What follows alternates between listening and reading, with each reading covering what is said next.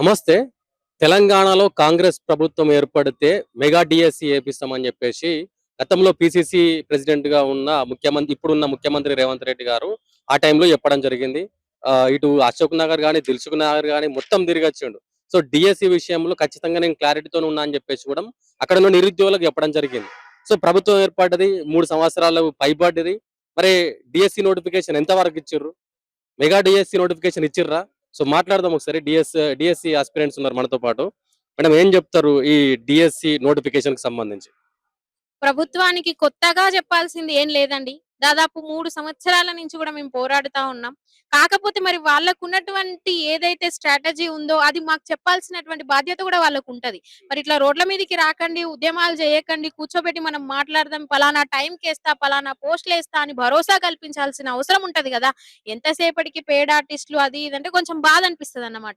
అమ్ముడు పోయిన వాళ్ళు చాలా ఉన్నారు. నేను బాజాప్తాగా ఒప్పుకుంటా ఉన్నా. నిరుద్యోగులలో రాజకీయ నాయకులకు కొమ్ము కాసే వాళ్ళున్నందునే మాకు ఈ దరిద్రం పట్టింది ఈ రోజు. ఎందుకంటే నిజమైన వాళ్ళని కూడా వాళ్ళతోనే పోలుస్తున్నారు. సో వాళ్ళెవరో మీకు ఇంటెలిజెన్స్ రిపోర్ట్ ఉంటది. ప్రభుత్వం తెలుసుకుంటది. పెద్ద అంశమేమీ కాదు నాకు తెలిసి.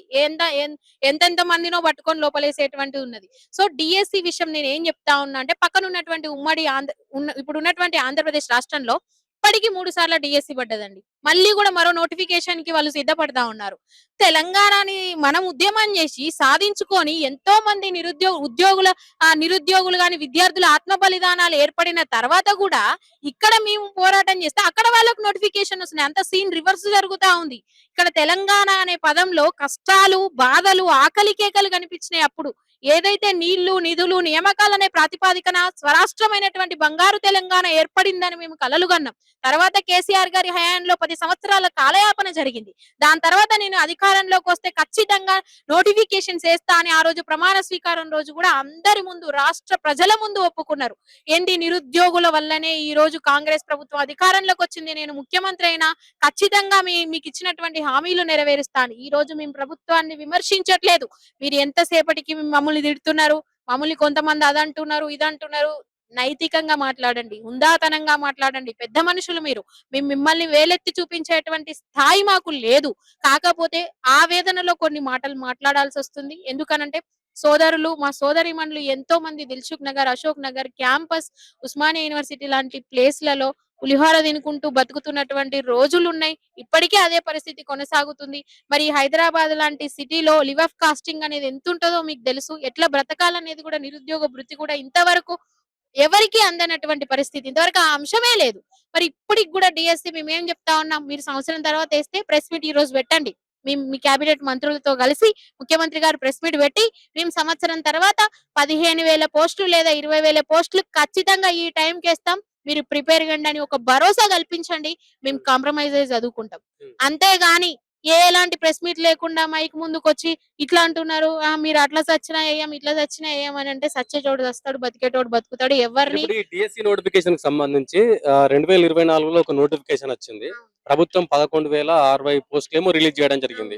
సో అప్పుడేం చెప్పారు ఆ పోస్ట్‌ల తర్వాత, ఆ నోటిఫికేషన్ తర్వాత? యాక్చువల్‌గా అది ఆ నోటిఫికేషన్ అనేది కేసీఆర్ గారు ఎలక్షన్స్‌కు ముందు 5,000 పోస్టులు రిలీజ్ చేసిరండి. ఆ 5,000 పోస్టులకు ఇంకొక 5,000 యాడ్ చేసిందన్నమాట కాంగ్రెస్ ప్రభుత్వం. అయి 5,000 చిల్లర 60.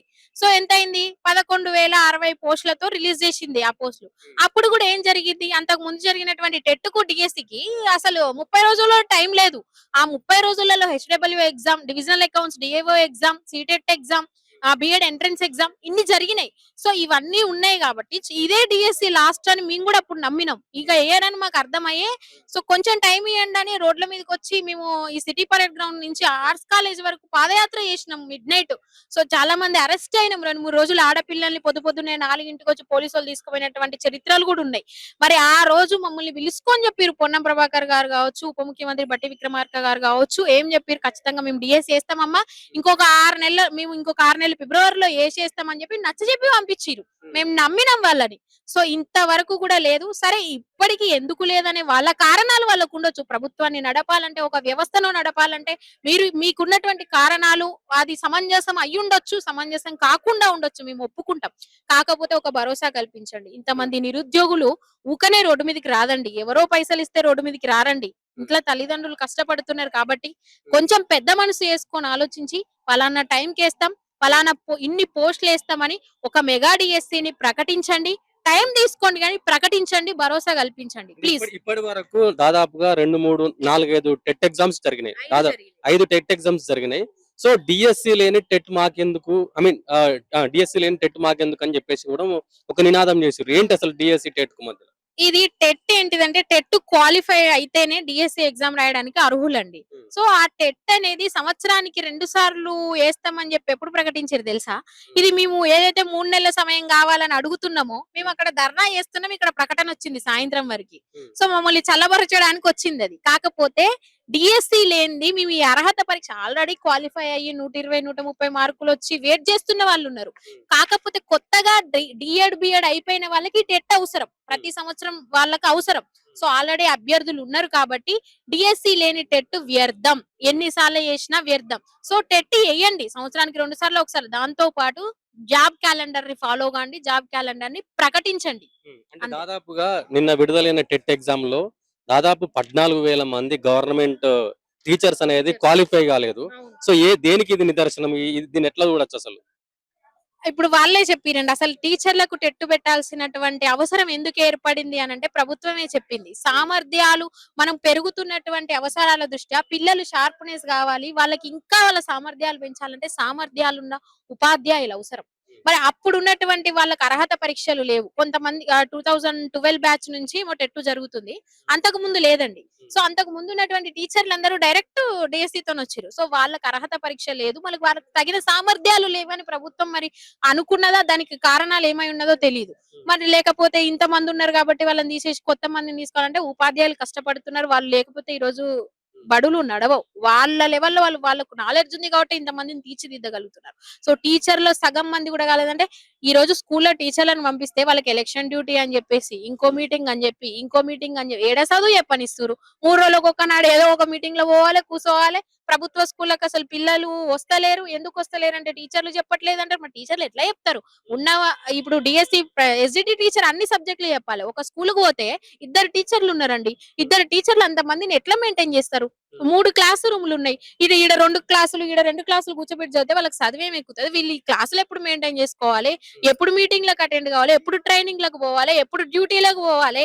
కాబట్టి సబ్జెక్టుకు ఒక టీచర్‌ని కేటాయించాలి. సో స్కూల్‌కి ఇంతమంది టీచర్లను పిల్లల్ని బట్టి కేటాయించాలి. ఈడ వ్యవస్థ కరెక్ట్‌గా ఉన్నప్పుడు మాత్రమే టీచర్లు ఏదైనా చేయగలుగుతారు. వ్యవస్థ లేనప్పుడు వాళ్ళని ఎంతసేపు పీడించుకున్నా ఏం చేయలేరు. ఎందుకంటే వాళ్ళు కూడా మనుషులే. వాళ్ళు కూడా కష్టపడుతున్నారు పిల్లల్ని తీర్చిదిద్దడానికి. సామర్థ్యాలు ఉన్నాయా లేవా అనేది, సామర్థ్యాలు ఉంటేనే ఇంత దూరం రాగలుగుతారు వాళ్ళు. సో వాళ్ళకి ఇంకేమన్నా ట్రైనింగ్‌లు అవసరం ఉంటే స్కూల్‌కి ఒక 5, 6 టీచర్లని సబ్జెక్ట్‌కి ఒకరిని ఇస్తే ముగ్గురు ట్రైనింగ్‌లకు పోయినా ముగ్గురు స్కూల్‌ని నడిపేటువంటి సామర్థ్యం ఉంటది వాళ్ళకు. ఉన్న 2, 3లో ఒకరు ట్రైనింగ్‌కి పోతారు, ఇంకొకరు స్కూల్ మొత్తం చూడాలంటే ఎట్లా నడుస్తది అది? అట్లనే నడుస్తుందండి. వాస్తవం. ఈ రోజు వెనకబడినటువంటి 33 జిల్లాల్లో వెనకబడినటువంటి జిల్లాలకు పోతే దారుణమైన పరిస్థితి కనిపిస్తా ఉంది. స్కూల్లో టీచర్లు 2, 3 ఉంటే ఆ 2 ట్రైనింగ్ కు పోతారు, ఒక టీచరు పిల్లల్ని చూసుకోవాలి. లేకపోతే ఆ ఉన్న ముగ్గురులో ఒక ట్రైనింగ్ కు పోతే 2 చూసుకోవాలి.